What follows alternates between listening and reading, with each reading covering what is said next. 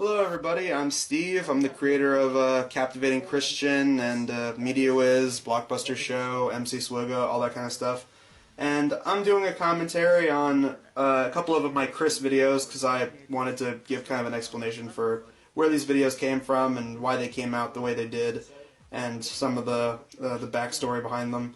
So I'm going to start with the end of Chris and the Chris Must Go On, and I'm also going to do the Halloween 2017 video. But as for now, here's the what was supposed to be the end of Chris.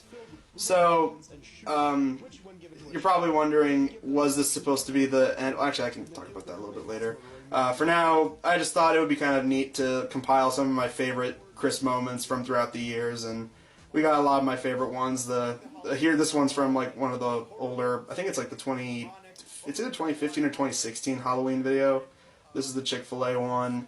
Upcoming, we have the one from, this is the metal rant, and then there's one coming up with the Chris and Susie talk about Mario Odyssey.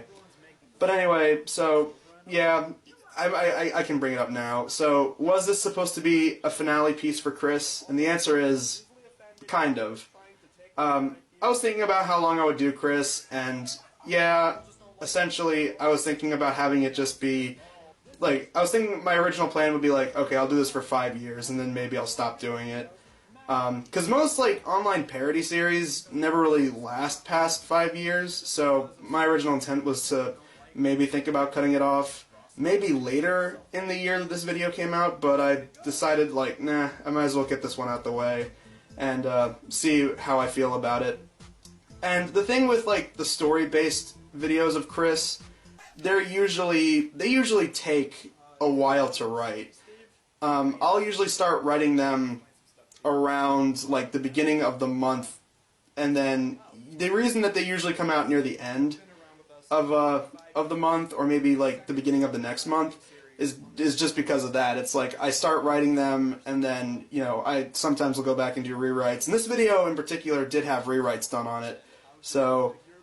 Yeah, I was like spitballing with the idea of like how to do a quote-unquote finale piece, and as I was writing it, I was thinking like, do I really want to stop doing Chris videos? Because I still do enjoy them. It's just the thing is the creative spark for Chris videos kind of teeters along slower compared to like MediaWiz or even Blockbuster Show or MC Swigga. Chris videos, ideas for Chris videos usually come a little bit slower than they used to, because back in the day I had like so many ideas that I wanted to do. Like, I mean, one of the earliest ones was an idea I had brewing up like in my head was Support Jesus Camp, and that was like the second episode. But that kind of spark doesn't really come as often now. But it's still like slowly ideas will come, like and that's why sometimes we do like the Chris short videos, like the Tic Tac one that was posted recently. So basically, this whole opening, basically the idea that got the whole concept for the episode started was the idea of like content creators either saying they're going to stop doing content or they're going to stop doing a certain type of content. And basically, like, I wanted both the employee and the boss to be in the wrong. So yeah, Chris is being way too abrasive, and Steve does a very shitty thing about lying to Chris. Instead of saying that he's suspended, he just says he's fired, and then expects Chris to come back. And this is followed up on in the Chris Must Go On. So, but yeah, as I was writing it, I was thinking, do I really want to stop doing these? And I was like, no, but there's definitely like a slower process than before. So that's why I decided at the end, in the next video, which was also posted at the end of the next month, I was like, you know what, yeah, I'll still do these, but I'll do them at a slower pace. And here we go with Ariel's small character arc in this video, which I do like, and we'll bring it up a little bit later as it carries out. So Steve just goes back to work, and okay, this game right here, this is actually Power Rangers for SNES, which I was originally going to see if I could find a Ninja Turtles game, but Power Rangers they had, and I was like, that's just as good, so I'm happy to see that Swig is playing the Super Nintendo Power Rangers game. It's actually not that bad. Here we go, yeah, this is apparently, everyone else, Swigga included, learned about the suspension before Chris did. And so yeah, the reason that I thought about having Chris temporarily move in with Swigga is because, well, one, Swigga I always imagined living outside of everyone's like realm, if you will. Like everyone I imagined would like live in the same like workspace. Like MediaWiz, Adam, and Chris would all like essentially share one roof, and Swigga would live out in the city. And so that was part of it. Like, you know, someone who's so used to being in the suburbs would have to like move into this like more urban area. And also, it was a way to kind of get Swigga and Chris to interact and to kind of bounce off of like the total like differences in their ideologies, and to have them actually like have a sincere discussion. And also, we kind of open up with Swigga as a character, where Swigga kind of actually like opens Chris's eyes and makes him see that like whenever they say abrasive things to him, because here's the thing, Chris is the kind of person who would hate when someone forces their opinions down their throat, or would hate the fact that someone was getting on a soapbox, but oh, he would be allowed to do so. And there's a total double standard in that. Also, there's a line in here about like how Swigga's content has evolved over the years, which is true. I mean, you know, Swigga's green screen, Ask Swigga Anything, Assholes React, and now we're currently doing Swigga Game Reviews and Swig Talk. You know, Swigga's at least been flexible with his content, and if you really look, I've looked over Chris's content while writing this, and I'm like, yeah, Chris videos are kind of the same. Like, the videos that are different, like Chris Tries, or the Christian Toy Review with Chris, those were usually done as like one-off videos, but most of these videos are just kind of the same of Chris takes a topic he clearly doesn't understand, and he complains about it from the perspective of someone who clearly doesn't get what he's talking about. So, yeah, and so I like this whole discussion because it has Swigga and Chris open up to each other a little bit more and, you know, show that they do care for one another. Everybody on the channel are friends. They clearly just don't agree with each other from time to time, and they're kind of douchey about it, and they're quick to call each other out. And I like this joke here that, like, Swigga says he's a libertarian atheist, but in reality, nah, Swigga doesn't really have any affiliation to anyone that is not the Ruckus Knuckas. That's really his only, like, real standing in life. And also, this just shows how terrible of a parent Swigga is. I mean, he lets a 15-year-old walk such a dangerous street at what we can only assume is nighttime.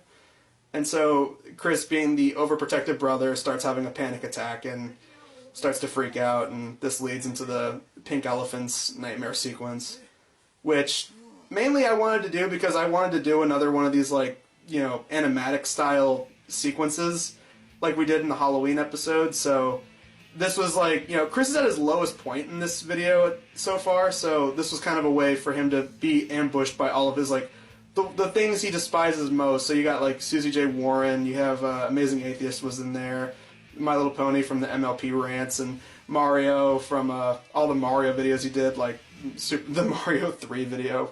Which, that video just goes to show Chris clearly, like, ranting about something he doesn't understand. You know, wants to go on about how Mario 3 is like a satanic agenda of a game, when in reality it's not. He's overlooking it. And of course, Pony Fanboy would be more than happy to have Chris around at their place, because it means they get to see each other more often, instead of what we can only assume is Pony Fanboy, like, shifting, you know, house to house, like, on weekends and stuff.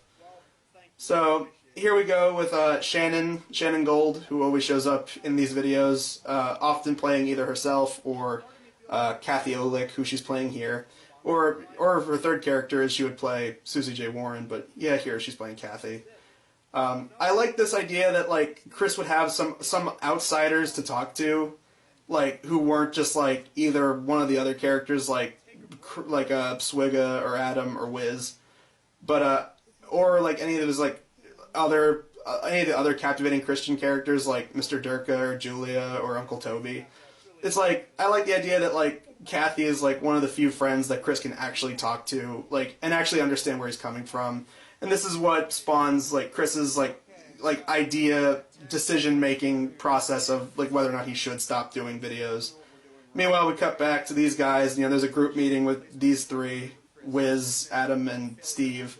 And Steve has no idea what to do, you know, since, you know, like, they can't find any decent replacement for Chris's position.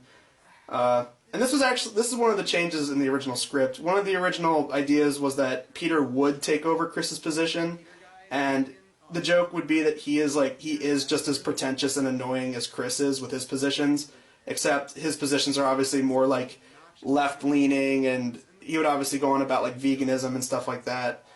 But really, I decided that it really wasn't that interesting to make a story about. Like, it really wasn't as engaging as I once thought it was.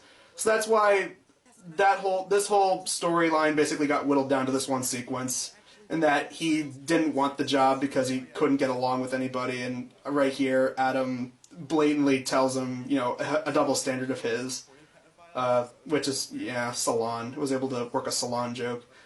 Either Salon or Fox News, everybody, or TMZ, the popular targets. And I like that the little harp sound effect. That was a nice touch. And then we get to the other one. The obvious choice of a potential replacement that wouldn't work out was Water Critic coming up. I like how even Wiz it's the same angle. Like, it's just, yeah. It makes it look like Wiz transformed into Water Critic a little bit. And Water Critic obviously is a play on, like, you know, people who try so hard to be, you know, online personalities, and yet they're just not very good. Basically, I imagine Water Critic being like the 12-year-old who wants to become the next big Minecraft Let's Player. That's kind of what I imagined him being. And here's where Steve starts to kind of doubt his own decision, which he rightfully should, because he really screwed up on, like, he didn't have enough faith in Chris. Yeah. And here, coming up, I do like this scene of, like, you know, Wiz and Chris start off as, like, some of the worst of enemies. And, well, actually, we'll get to it a little bit. Here we go. Here we got the other characters, like Julia and Uncle Toby and Mr. Durka. And the thing I noticed about, like, content creators, the only people you should really go to when making big decisions like this, like whether or not you should still, like, make content or not, you should go to the ones you really trust. And so, you know, the ones Chris really trusts are his peers, his closest friends, like Julia, and of course, like, his only real, like, remaining guardian, as we can go off of, being Uncle Toby, since Chris's parents left him and abandoned him. And here we go, Mr. Durka. And all these guys really spit in wisdom. Like, they really tell him, it's like, this is your decision. You have to, you know, you have to be careful with it. You have to... I like that whole... And this kind of plays into Ariel's character near the end, as we'll talk about when we get to it. But anyway, with Wiz, I like the idea that Wiz and Chris started off as, like, just such, like... They were not on good terms. And then... like, at this point in time, Wiz and Chris have grown pretty close as, like, you know, as, like, co-workers and, you know, acquaintances, to where, you know, even if Wiz and Chris verbally disagree with each other, it's not like Chris and Adam, who, like, always have, like, back and forwards now. It's like Wiz and Chris kind of understand each other a little bit better, and as Chris says coming up, you know, he trusted Wiz enough to, you know, let him be in this, you know, this discussion of whether or not he should do it, and Wiz is, like, open to Chris making his own decisions, and, like, lets him know that he's there to support him no matter what, emotionally. Here's where this was originally going to be, I debated whether or not if this should be just the whole video, like, this little, you know, goodbye segment, and I feel like it would be, one, a little too much of a parody of, like, you know, goodbye videos of people saying they're not going to do content anymore. And I felt like people would just, like, register it as a joke, so I kind of wanted to build it up. As well, and that's, when I was writing the script, that's where it came from, the whole idea of, what is that like behind the scenes, of a YouTuber going up to higher management and being like, I don't want to be part of this anymore, or getting into, like, spats with their higher-ups, and, suspensions and stuff like that. So that's basically, this whole section right here of Chris, doing the goodbye video. This is basically what springboarded the whole story, because originally, yeah, this was just going to be the whole video before I started working on, like, an actual script for it. The script for this video was pretty long. Like, I think it was, like, almost 16 pages, or 15 pages. I forget because I deleted the script. But it was pretty long. This was, like, probably the longest of, like, the story-based videos that I've ever done for the channel. And here we go. This is where Ariel, like, finally reveals one of her true forms. And, yeah, the inspiration for this, of the plushy llama, alpaca, I'm more than positive it's llama, This came from Chris Ray Gun with his character Paul, and I thought that it would like be a nice little homage. It's not the same. It's not the same plushy llama, but it looks very much like that. And here we go. We have all the different reactions of how to take this. Pony Fanboy is obviously very emotional. Wiz, Adam just doesn't get it. Wiz and Swigga are probably the ones who have like the calmest reaction. And even though they are sad to see Chris go, they're at least accepting of the fact that it's Chris's decision, and they know they have to, on some level, respect it. Even though obviously they are going to miss him just as much as Pony Fanboy, but not as emotionally struggling as Pony Fanboy was. And here's where we finally have like Ariel's like big character moment where, yeah, like even though Ariel and Chris have like just like with Wiz, they've never been on that good of terms, and yet the reason that Ariel stuck around with Chris so long is because she's kind of like his personal, Jeremy Cricket, that she's there to keep him on the straight and narrow. So even though they've never like gotten along before this point, it is good to see these two like finally work out like differences and get to know each other better. And why I used Closer as the ending song for this video, I'm not really sure myself. So yeah, that's the end of this video, and we move on to the next one.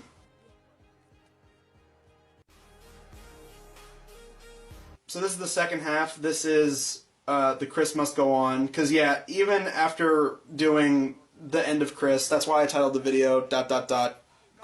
question mark, because I didn't know if I actually should. And ultimately, after like a month of thinking it through, I eventually got the idea of like, yeah, have Chris come back, but have Chris's videos come out when you have like, ideas you're 120% satisfied with. So I like this whole section of Chris being homeless. That's obviously a parody of Bum Reviews right there, that one section. I like the skull that he was like drinking vodka with. That's supposed to be the skull of Stress Viewer, which obviously, if you've been keeping up with the channel, Stress Viewer left making videos and then he slowly died off because he had like lack of resource. And then he became Chris's personal angel, and all that's covered in the channel storyline video that I did. And here we go again, like with the different perspectives. Like Wiz and Swigga are a little bit more, like resilient in the fact that like Chris is gone, but they're still pretty broken up about it. Adam is a little bit more like open to the idea of Chris coming back because he knows that like at some point, because we make the Logan Paul comparison, because let's face it, sometimes YouTubers say they're going to stop making videos, they're going to come back. You look at douchebags like Logan Paul, and Pony Fanboy was obviously still broken up. This wig, this beard is actually the Julia wig, which took forever to actually like restructure. It kept falling off a lot, so I eventually got those 2 takes right, and then yeah, it just rips off so easily. And here's where, paying off like what was done in the last video, that yeah, Chris and Steve were both in the wrong. Chris was way too abrasive and forceful, and Steve was a little too, like, Steve basically screwed up, assuming that Chris, would come back and not think that maybe Chris would, like, want to stop. And here's where Pony Fanboy, the Pony Fanboy is the glue that keeps everyone together. And these two, they let bygones be bygones and decide that, they'll talk it out and decide what they want to do. So, yeah, here's where, everyone finally sits down and has a mature sit through and discussion about this stuff. And this is basically, this was kind of another way of like saying that, yeah, we're still doing Chris content, but there's some new stuff to look forward to. Like, for one, it's gonna be a while for us to like make Chris videos because ideas are gonna come a little bit slower. But at the same time, like no more Tipsy Gentlemen, because at that point I liked doing Tipsy Gentlemen, I really did. The only problem is like, I feel like I had like every guest that I wanted to at that point, which I think Chris even says in the video, so it's like, I don't know, I kind of feel like Tipsy Gentlemen just kind of ran its course, and that was obviously set up for like the new podcast, which became Swig Talk and Pony Fanboy Reads. So yeah, Chris is now back, but basically, yeah, Chris is here to stay. Chris is going to keep making content, and it's good to see that everyone is happy to see him again. Even Wiz and Swigga, who have obviously like had their. I like this one bit with Adam. This actually was a real flub I thought was funny, so I left it in. What's the line? I just think it's so funny because it's just like I was trying to get the line right, and I was like, yeah, that's a good enough take, and then I was like, and I remember the bit of him looking down at the script, so it's like, oh yeah, what's the line? So there's that, and then we end with Chris setting back up in his old place of work, and Steve writing the script, and then we ultimately end on this whole bit of Ariel, we're home. Is that supposed to be a reference to Force Awakens? I don't know. And here we go. Steve is content with Chris back, and this was obviously set up for, you know, next month. Chris's Captivating Christian is coming back, everybody. So yeah, that's basically all I gotta say about these videos. I hope that explained a little bit of the process behind these. And yeah, look forward to the commentary for How Chris Banned Halloween coming up. See you guys soon.